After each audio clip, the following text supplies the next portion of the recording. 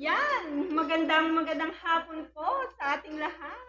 Nandito po tayo ngayon live dito po sa ating financial center sa Oriental, Mindoro. And napakaswerte po natin kasi kasama po natin ang isa sa Senior Marketing Director na si Coach Gemma. Hello, Coach Gemma. Kumusta po kayo? Hello, ma'am. Hapon po. Magandang hapon po sa inyong lahat. Yan. And ano po, ilang years na po kayo sa IMG? Ay, naku, ma'am. Sa totoo lang, ako matagal ng member niyan. Hindi ko lang ho iniintindi. Pero itong 2019, ay nanood... Before pandemic? Yes, ma'am. 2019. Nanood ako sa YouTube. Doon ho ako nagkaroon ng realization kay Coach Saan na napakaganda pala ng IMG. Parang sa totoo nga, ma'am, parang nanghihinaya ako doon sa panahon na hindi ako nag-intindi. Yun. Ano po yung nakita nyo? Ano po yung reason talaga kung bakit ito sinishare din sa pamilya nyo especially? Kasi ma'am, sa experience ko, kasi di ba sa pamilya namin, palaging pag may nagkakasakit, ma'am, yun ang unang-unang gustuhan ko, ma'am, ay yung Kaiser. Kasi doon sa pamilya namin, palaging may nagkakasakit. Ang nangyayari, ma'am, parang ang iba kong pinsan, para lang makapagpagamot, ay yung kanilang mga lupa ay sinasangla, parang ganon. Tapos, hindi na yung natutubos dun sa pinagsanglaan. Pero, ang nakakalungkot, mabuti ko ngayon ay nabuhay yung nagpagamot na yun, namatay din na. Wala na yung lupa, namatay pa yung nagpa-hospital. Very, ma'am, yung tragic yung mga pangyayari pagka when it comes sa nagkakasakit tayo ang ating mga pamilya. Yun. Si Coach Gemma po ay dating nagtatrabaho sa LGU. Yes, po? mama. Yun. And yun nga po, tunay po talaga na gaano man tayo kayaman, gaano man karami ang pera natin, isang sakit lang, wash out yan. Yes, Kung hindi ma'am. natin talaga, kumbaga, yung pundasyon ng ating, yun nga, meron tayo, tinuturo natin dito yung ating solid financial foundation. Pinakababa, ang healthcare. Yes, ma'am. Tama Yun. po. And ano pa po yung gusto nyo sabihin sa mga nakikinig natin? Bilang sa age nyo po, kumbaga, ang daming mga kabataan na ini-ignore yung financial literacy, financial education. Ano po yung masasabi nyo sa kanila? Eh, ma'am, ang sa totoo lang po, isa sa tumatak sa aking isip nung, 'di ba, hindi naman talaga ako'y single mother. So, ang aking pagkakamali, hindi ko napaghandaan yung pagka-college ng anak ko. So, nagkaroon talaga ho ako ng struggle. Pero kung siguro nagkaroon talaga ako ng financial education noon, hindi dumating ako dun kasi yung anak ko nung talagang mag-college siya, ang gusto niyang course ay architecture. Pero dahil sa wala naman akong kakayanan, ang kinuha lang niya ay teacher. Iba ma'am, kung talagang ako ay naghanda, yun siguro yung pagiging architecture na nakuha ng anak ko, di ho ba? Kahit ng anak natin na scholar, hindi ko talaga dapat iasa sa gobyerno lahat ang ating mga pangailangan sa pagpapaaral ng anak. Talagang dapat talaga tayo nag-effort na yun po, talagang yun ang maipapayo ko sa mga bata na nag-aaral, sabayan nyo ng pagtitipid sa ang inyong mga magulang para makapag-aral kayo ng maayos. Yung pagtuturo ng inyong mga magulang na mag-ipon kayo, sabayan niyo. Yun. Yan. By the way, Coach Gemma, watching from Calapan, hello kay Coach SMD Gemma Domingo from sa ating masipag na Executive Marketing Director na si Coach Vivian. Hi ma'am, kumusta po Hello kayo? po. Sino po ba lang i-shoutout niyo muna sa mga taga-Puerto? O shout out sa aking mga member doon. Hi Cheryl, hi Ma'am Inkim, hi Ma'am Pebi, hi hi Adet. Ang dami hindi ko matandaan pero I think yun na 150 na member ng IMG na tiwala sa akin. Tulungan niyo ako na maipalaganap natin ang ating misyon na magkaroon ng 30 million Pilipino na financially literate.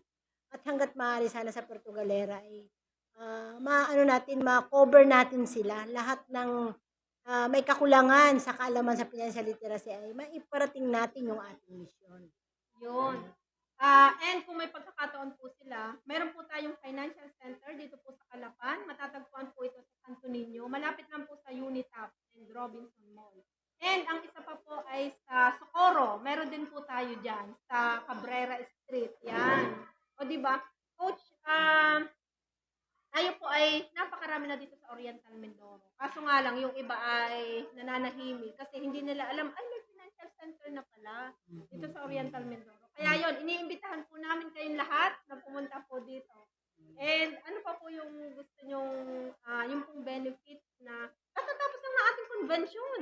Ano Yes, po ang ma'am. experience nyo doon? Naku, napaka-encouraging, ma'am. Nakakatuwa ho yung convention natin. Talagang yung mga narinig ko doon, yung mga nagpatotoo na talagang sila ay maraming natulungan, na habang marami silang tinutulungan, sila mismo, yung sarili mismo nila ay natutulungan nila financially. Nagkakaroon sila ng financial freedom, yung mga, ika nga na-uplift yung kabuhayan nila. Sa pagtuturo natin ng misyon, ay ang ating sarili ay naiangat din natin sa kahirapan at nakikita ko talaga yung kahandaan ng bawat nagpatotoo doon na sa pagdating ng kanilang mga ika nga ay critical period of time ay may mga pang-emergency sila na financial. Hindi katulad ngayon na ang iba kasi talagang tayo ay sinanay na mangutang.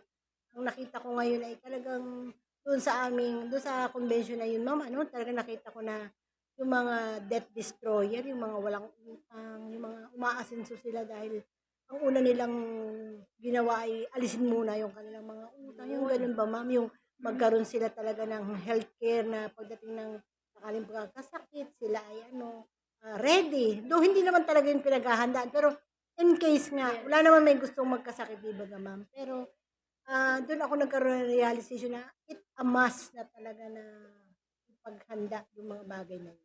Yun, napakaganda po na sinabi nyo. And by the way, ang ating pong ambassador ay si Senator Rafi Tulfo. Yan, Yes nakikita nga, po ma'am, sa likod. nakakatuwa nga, ma'am, na yung mga ganung mga politiko ay kasama natin. Tsaka pala sina Corina Sanchez, di ba? Sina Boy Opo, Abunda, syempre. talagang iisipin yung mga taong yun, mga big name in the industry, pero they support us, sila yung kaagapay natin para maipalaganap ito. Bibihira yung mga ganung may puso, pero they are here with us para tumulong na talaga mga Pilipino ay ma-educate dahil sabi nga, ma'am, napakadaming mahirap dito sa atin sa Pilipinas at napakaganda talaga ng misyon ng IMG na lahat ng Pilipino, no family left behind. Kung sa pamilya mo may turuan mo din yung iyong mga kapatid, yung iyong mga mahal sa buhay na hindi kayo pare-parehong ika nga isalat sa kaalaman sa financial. Ma'am. Yun. Shout out kay Coach Marisa Mukhang nakakalimutan nyo. Baka magalit siya. Hindi natin siya sinashout out. How nandiyan ba si aking pinsan? Yan, shout out. Coach Marisa, punta ka dito sa office. Pinsan na ito ay talagang serious na ito. Kailangan Yun. natin talagang umuwi ka na at napakaganda ng mission natin ito. Atin ang buhayin ang ating Yun. IMG Puerto Galera dito sa Calapan. May katuwang na tayo na magpapalaganap ng mission natin sa atin yung sa Puerto Galera. Yun. Baka in the future magkaroon ng Puerto Galera Financial Center. Hindi malayo. Andun kayo ni Coach Meron, Marisa. ma'am, kaso nga kailangan na makitay up muna dito sa inyo kasi alam namin na marami kayo, siguro mas maganda talaga na marami Opo. din yung katuwang namin din doon. Kaya- Tutuwangan nyo, papartneran nyo rin. Opo, shout out sa mayor sa Puerto Galera. Sino pong mayor Hi, niyo doon? Mayor Rocky Ilagan. Rocky! Si Mayor Rocky Ilagan, kapitbahay ko po sa Sibera. Hello, Mayor!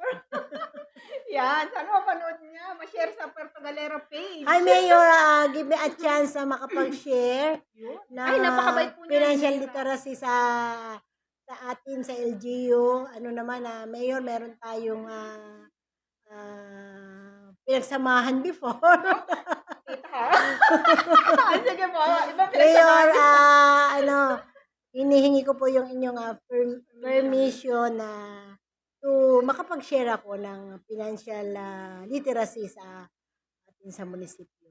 Yes, siguro po tita, magbibigay po tayo ng formal letter para po tayo makapagtanggap doon. Yan.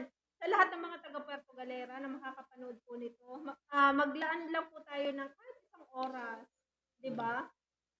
Kumbaga ay madami kayong matututunan. I-message nyo lang po si Coach Gemma and si Coach Marisa para po sa appointment kung kayo ay magpapapunta sa bahay nyo, sa lugar, kahit po saan, available Yes, na ma'am. available Yes, po ma'am. sila. Yun, nakakatuwa nga po at tayo po ay buong mundo, inire-reach out natin. Kahit ang sulok ng mundo, basta may Pilipino. Yes, Di ma'am. ba? Tama po, ma'am. Basta may Pilipino, kailangang marinig itong ating misyon. Basta willing makinig, huwag tayong ika nga, papitik-petik, papitik-petik na hindi ito i-share. Kailangan talagang bigyan talaga ng time at saka ika nga, wisdom ang bawat na makausap natin tungkol sa financial. Yes. And sabi nga po, ang best investment ay yung kung sa sarili natin. Yun munang kaalaman na kumbaga ay maririnig ninyo. Kasi yung iba, parang natatakot kasi baka maglabas na sila ng pera, mga ganun ba? Yes. Yun. Pero hindi po. Dito po sa IMG, tuturuan muna po kayo. Mindset muna po ang imumulat sa inyo bago po kayo na mag-decide. Sabi nga, nasa amin ang edukasyon, nasa inyo ang desisyon. Tama Di po. ba? Tama, ma'am. Tama. Yun. Meron pa po kayong gustong i-shout out or sabihin sa ating mga Ay, gusto ko i-shout out yung aking kapatid na nasa Maryland. Hi. Hi, bro. Alam ko, member ka na ng IMG. So, dagdagan mo pa yung iyong ipon. Yun. Tama po, tama. Para pag-uwi. Yung aking mga kapatid na member, dagdagan natin ang ating ipon para pagtanda natin. Anyway, matanda na talaga tayo. Kaya bilis-bilisan na natin yung ating pag-ipon. Yes. Dahil po palagi po natin sinasabi na hindi natin maaasahan yung ating mga anak. Tama, ma'am. Kumbaga, kung alagaan nila tayo, yun ay konsiderasyon. Pero hindi na tayo yung priority. Kasi magkakaanak din sila. Talaga, ma'am. Hindi tayo ang unahin nila. Yes. Unahin nila yung kanilang mga anak. Kaya sa lahat po ng mga makakapakinig nito, yun po ang advice po, galing po sa ating SMD, Gemma Domingo. Kayo po ay habang bata pa mag-start ng mag-save and invest. Yes, ma'am. At dito po sa IMG, tutulungan po namin kayo kung paano po yung step-by-step process. Kung paano po magsimula, paano ba mag-invest sa mutual fund, paano ba bumili ng shares. Hindi po sa tindahan ni Jollibee, nakakabili ng shares. Hamburger po ang ibibigay sa inyo doon. May right company po na nagtuturo kung saan po talaga dapat tayo bumili ng shares. Kaya yan, maraming salamat po. Thank you, ma'am, for the opportunity. Yun. Sa mga taga Share Puerto Galera, nice. share. Share po. Thank you. Thank you.